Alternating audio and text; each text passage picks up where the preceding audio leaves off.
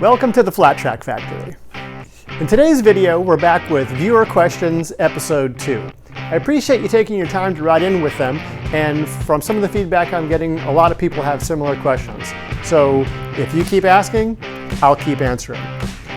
Also at the end, I'll tell you about a simple little contest to win a Flat Track Factory t-shirt.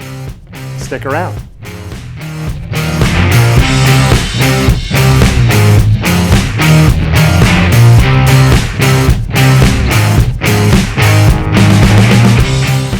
Question number 1.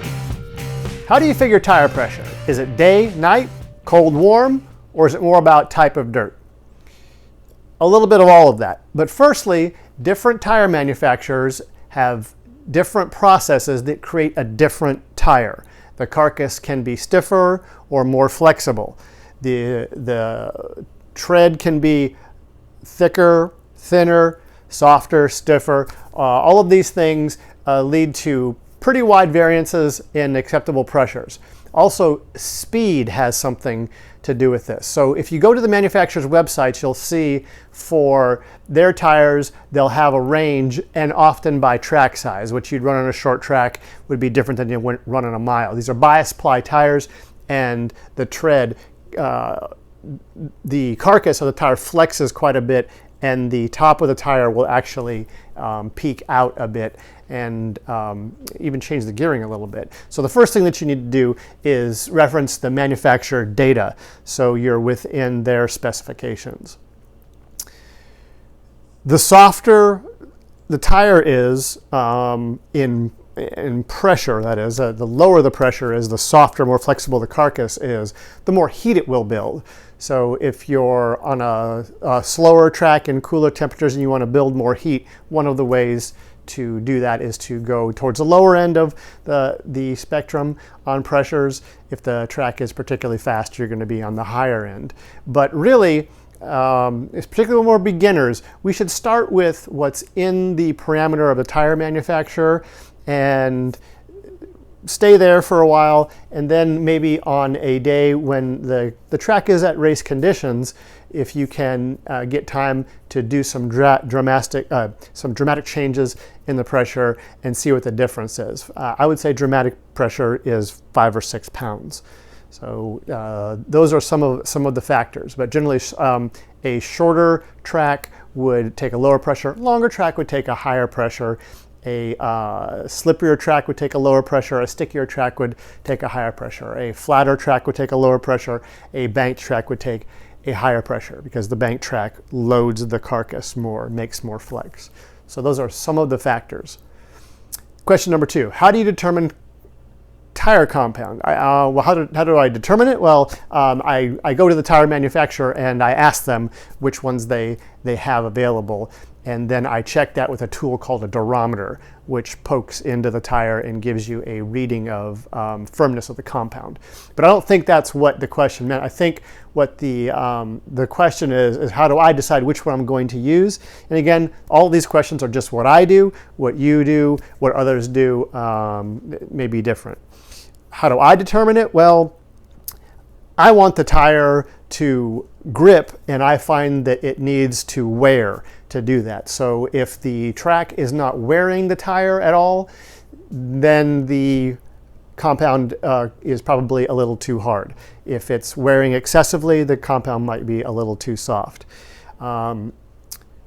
These things are marginal gains, meaning that the difference between a manufacturer's 2 compounds in your performance is a relatively small one. If you're a beginner and you're still not wearing the tire all the way to the edge, if you're not wearing a tire in any circumstances, you haven't advanced to the point where marginal differences like a couple pounds of tire pressure or the next softer compound would necessarily be any benefit to you. So some of these things are marginal improvements, and tire compound is typically one of those. How do you know that you're properly geared? This is question number 3. How do you know you're properly geared? Are you listening for sound or a feel? Both. So the motorcycle really needs to accelerate all the way down the straightaway until you get to your braking point. So the motorcycle should accelerate from the moment you pick up the gas to all the way when you just can't accelerate anymore. Now, with the advent of rev limiters on a lot of motorcycles, some of the feel, I think, is lost, and I hear many people just hanging these bikes on rev limiters for a substantial portion of the straightaway. So sometimes this can be done. I don't know why they're doing this exactly. Perhaps maybe they are feel like the bike is not accelerating enough when they're going to throttle initially, so they are gearing the bike shorter so it will accelerate harder at the beginning, and they feel okay with that, with it not accelerating at the end. Ron Wood told me many years ago when I was a kid, I don't think it was just me, take a tooth off, you'll go faster. And I found that to be true. So the motorcycle really should, if it has a rev limiter, just really touch it, or maybe never touch it, because you might need just a little bit extra acceleration when the track gets a little faster at the end of the race. If a little more rubber gets down, it gets a little tackier, a little stickier for those reasons. But how do you know you're properly geared? You should be able to feel the motorcycle accelerating. The sound, once I got into motorcycles with tachometers and data, particularly where you have an adjustable rev limiter where you can move it so I can feel when a soft limiter comes in, so I know exactly what number that is. I found that I really can't tell the difference in 100 to 200, 300, 400 RPM. Really, I can't hear the difference. Maybe I think I used to be able to tell, but I don't think I ever could. So data has proven me wrong throughout my life over and over, and that's just another example. Which is a better starting spot when you have the first pick? Well, I say this a lot, it really depends. It depends on how big the track is. If it's a very large track at a national, for instance, the racing line may have different grips, sometimes better, sometimes worse, than the part of the track they're not running on. So sometimes on a really wide national track, they'll take the starting grid and not put it up by the wall where somebody would be on the outside of the groove, and then people would get farther and farther away from the outside. They'll move the entire grid to the inside of the track that nobody's ever run on, and then people kind of graduate up to the groove. So in that scenario, everybody's kind of on a more equal footing. If it's a big long track, it doesn't really matter. Maybe it's better in that circumstance to start on the outside of that so you can cut right to the groove immediately and out accelerate. Maybe the groove's dusty and dry and slipperier, and and the inside of the track's got moisture maintained. So very, very long answer to a simple question. It really depends. And the very best way to do this is to watch what's happening in heat races before you. If you're early in the program, or there's very limited numbers of classes, like at a pro event, you're gonna have to kind of go with experience, or walk out there and scuff your foot on it and try to figure that out. If you don't have that experience, I would say go out and scuff your foot on the track in multiple places when you can, maybe after practice, before the heat races start, just to learn what it feels like. Even if you don't know what you're feeling, scuff your foot here and then go scuff it on the groove and scuff it halfway in between and see what the differences are. This is how we learn things. At the first, you got to sort of fake it until you make it, until you can kind of build up enough data points to get something valuable out of it. So it really depends. Now, how about on a short track? A lot of club races are shorter tracks. Well, generally, the tracks are smaller, narrower, and you don't have that situation where you're starting the entire grid off of the racing line. Some people are up against the wall on the groove, and then you get down to the bottom. So maybe the outside's faster, but it's way closer you're on the inside to start from the inside. You're closer to the inside of the corner, rather, when you start on the inside of the starting line. So that may be the best. So very often people go to the very inside, but not always. So watch very carefully at a short track. Very often you will see, somewhat often you will see a phenomenal start coming from the middle or even the outside, because the grip levels as things change throughout the night changes. So this is another thing that you need to watch the races before you and see if a pattern develops where people are getting the better starts. Also, watch the fastest classes, the most experienced guys. Watch what they do and talk to them. Say, hey, buddy, what do you think the best starting spot will be? You know, I'm in the 7th heat, and they'll probably tell you. So it's a great community, and there isn't always just one simple answer. It depends on the track and the night and the time of the night and all of that sort of thing. All right, next question here. Do tire warmers make that big of a deal? Should I add it to my Christmas list? Ha ha. And he actually wrote ha ha at the end, so I said ha ha. This is a marginal improvement. This is like the difference between tire compounds. Do they make that big of a deal? Well, if you're getting towards the theoretical limit of what a motorcycle and a tire can do, it does make that big of a deal on some circumstances. Sometimes it doesn't. It just depends. So again, I would say it depends on where you are in your racing experience. If you're newer, I really do not recommend things like buying brand new tires all the time, getting the softest compound, getting tire warmers.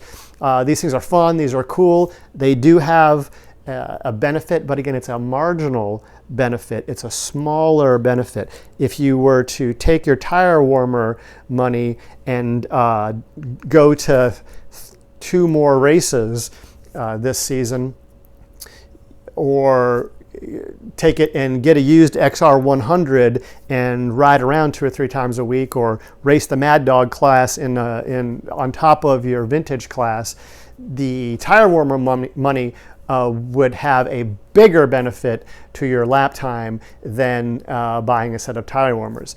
If you're at another part of your racing experience and your lap times are towards the very, very fastest that you'll see at a semi-pro, club race, and it's a chilly night, and maybe a tire warmer would be 1/2 a tenth or 1/10 of a second in the first lap or 2, and that may make a difference. But we've got to be honest with ourselves and say, are those marginal differences of a tire warmer really going to benefit me in my program, or should I save that money and do a little more riding or get an XR100 to practice or race another class?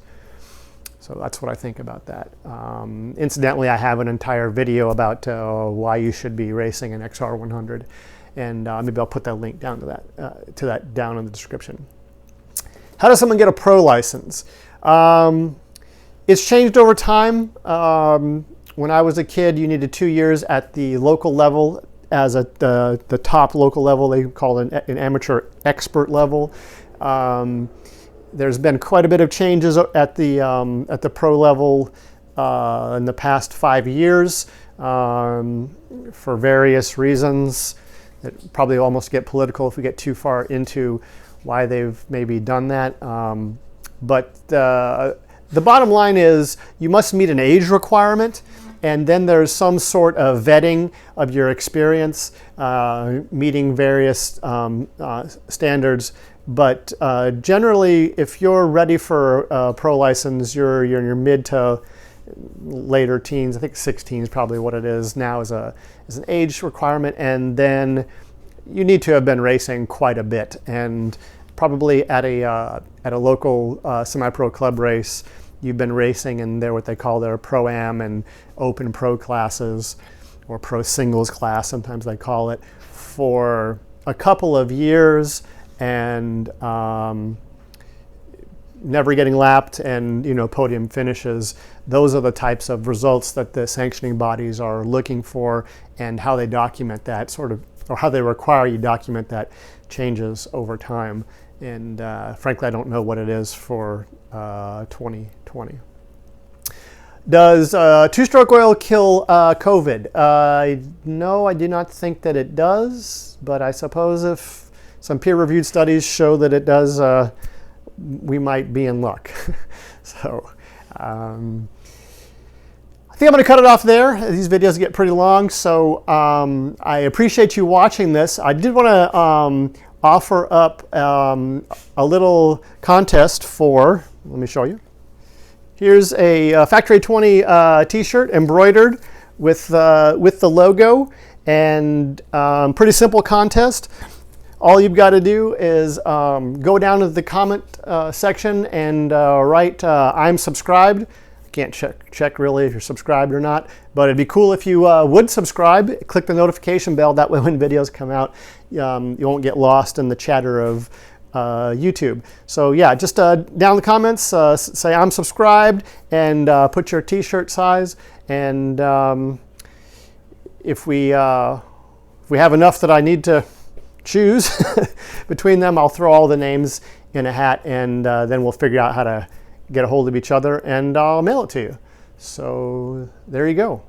If you like this sort of stuff, hit the like button, ask some more questions, and we'll gather up some more, and I'll answer them. Thanks for watching.